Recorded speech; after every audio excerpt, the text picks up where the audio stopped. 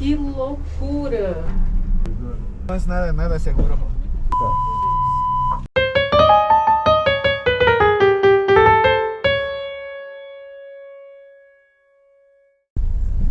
Y aquí lo que tienen que hacer para conocer parte de la ciudad es el teleférico. Sí. El teleférico.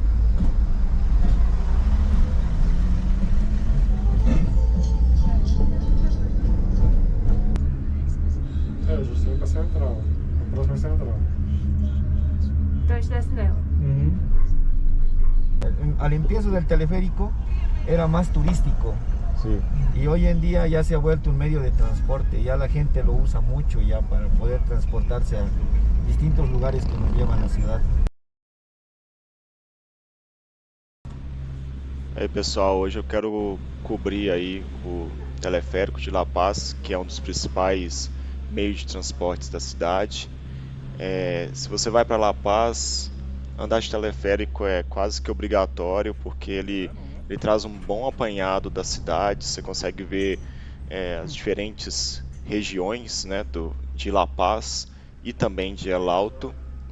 E é isso que eu vou fazer hoje, mostrar essas diferenças que são bem nítidas mesmo do alto de um teleférico.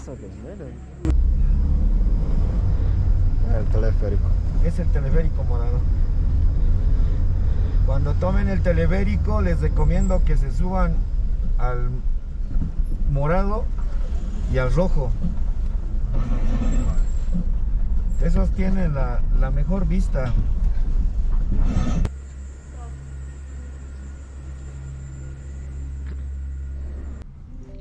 Primeiro, vamos com um pouquinho de história do teleférico. Ele foi inaugurado no dia 30 de maio de 2014 pelo presidente Evo. Teve uma ajuda muito forte dos prefeitos de El Alto e La Paz da época. E a execução do projeto foi feita por uma empresa austríaca de transporte por cabos que chama Doppelmayr. Não sei se a pronúncia está certa, mas os esforços de tentativa para a implementação do teleférico vêm de muito antes, desde 70 na verdade, que eles vêm tentando fazer um projeto, só que antes esbarrava nos custos e também tinha muitas polêmicas com relação às rotas que o teleférico ia fazer. Um dos projetos, o teleférico passava por cima da igreja de São Francisco, o que não foi muito bem aceito na época. Lo que sí les recomiendo más allá sus cámaras para que puedan tomar fotos porque es una vista muy buena a la que vamos a bajar, se van a recordar. Ah, sí. Y una agencia de turismo nunca les va a hacer el tour por donde nosotros vamos a bajar ahora. ¿Por dentro del alto? Sí, por donde vamos a bajar ahora, una agencia de turismo no se acerca.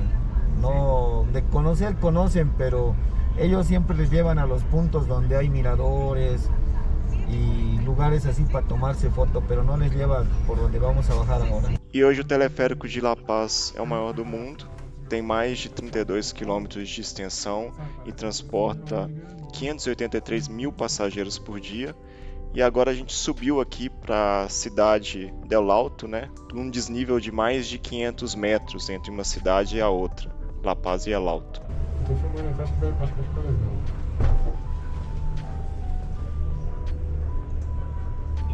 Véi, que loucura! Paracholita elegante.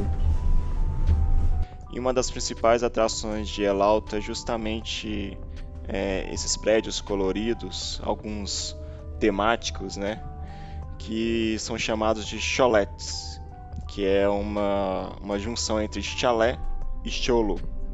E esses prédios começaram a trazer cor para uma cidade que basicamente tem construções no tijolo puro. E o surgimento desses prédios coincidiu com a chegada de Evo ao poder em 2006, que foi quando a burguesia e a Mara se sentiu mais à vontade de expor a sua riqueza da maneira que eles são. E essa presença forte indígena tem tudo a ver com a história de El Alto, que foi uma cidade satélite de La Paz, que abrigou campesinos e indígenas imigrantes. En el Alto hay mucho comercio. Sí. Todo este comercio es informal, no pagan impuestos. Ajá. Con el vidrio cerrado, señora. Que lo cierre el vidrio. No es seguro la zona. Veja só essa feira com esse trânsito de vans ali embaixo. Dá para entender porque o teleférico foi implementado, né? Más allá es tranquilo, pero ese sector no es nada seguro.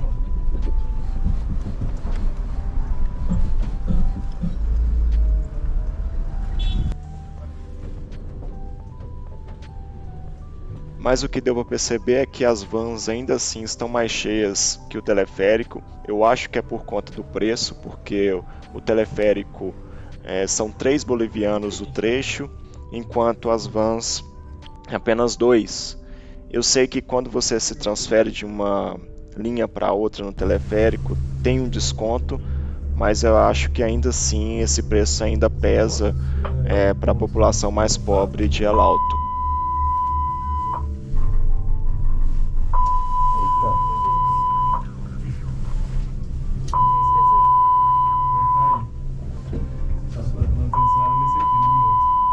Pessoal, vocês viram lá que o teleférico começou a apitar.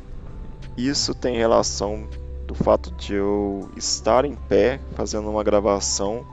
Então fica uma dica: não fique em pé no teleférico. Pode tirar foto, pode gravar, mas sentado. O que eu acho que aconteceu é que os teleféricos têm câmeras, eles me viram em pé. E aí logo depois que eu sentei, o alarme parou de soar. Então eu acho que tem relação com isso.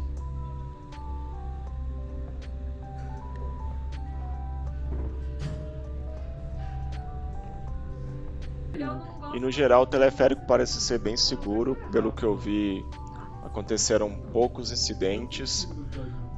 Mas às vezes o teleférico passa bem perto das casas, como nesse momento agora, e me parece um pouco estranho. E aqui agora a gente já desceu del Alto. Estamos indo em direção à zona sul de La Paz, que é a região mais abastada da cidade. O curioso é que ela fica numa porção mais baixa, né? Que normalmente a parte mais rica fica mais no alto, assim. Mas não, aqui em La Paz ela fica mais baixa. Não sei o motivo, talvez seja porque ficar mais baixo está mais privilegiado para sofrer menos o mal de altitude, mas não tem uma resposta certa. Mas é interessante como um passeio de teleférico já é capaz de escancarar as diferenças sociais entre El Alto e a parte mais rica de La Paz, e até a manifestação da riqueza é diferente nos dois lugares. Voltando na parte lá dos choletes em El Alto, é importante destacar que teve um precursor do que é chamado a nova arquitetura andina, que foi o Fred Mamani.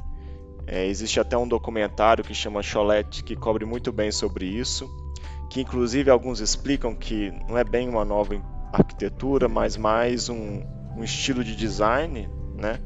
E é interessante destacar também que os choletes são mais do que uma casa, eles geram renda para os proprietários, porque no andar inferior sempre tem lojas onde eles alugam, no andar de cima já tem um salão, que é onde eles fazem as celebrações. Posteriormente tem alguns quartos de aluguéis. E por último fica a casa deles, que é um chalé, normalmente de 2 andares. Então existe essa preocupação de geração de renda nos choletes. E essa estrutura de andares é bem regular entre os choletes, inclusive nos choletes que não são projetados por Fred Mamani.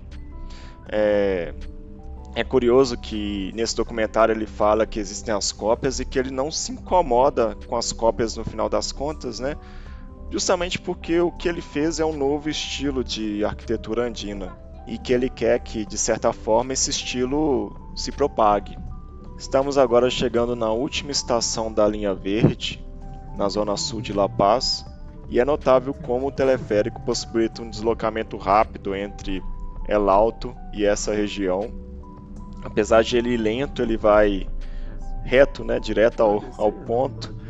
E indo de carro, eu acho que levaria aí pelo menos 3 horas, enquanto a gente levou menos de 1 hora para chegar até aqui. Inclusive, houve um fato inusitado, onde o pessoal da região, por meio das redes sociais, começaram a contestar a maior presença dos seus vizinhos de El Alto, e o motivo disso foi mais uma questão de preconceito, porque eles começaram a ver mais essas pessoas nos shopping centers e eles estavam incomodados com o comportamento deles. Aí eles começaram a espalhar fotografias deles sentados no shopping. E aí, pela própria estação, dá para sentir esse contraste cultural e também de poder aquisitivo das pessoas dessa região. Até pelas vendas, né? Dá para ver isso também. E é isso aí, tô finalizando esse vídeo sobre o teleférico. Espero que vocês tenham gostado. Qualquer coisa pode comentar lá. Queria dar uma visão geral do teleférico e também da cidade de La Paz e El Alto. E eu tenho uma dica cultural: assistam o filme Zona Sur. É um filme bem interessante que retrata essas diferenças que eu citei. Valeu, gente!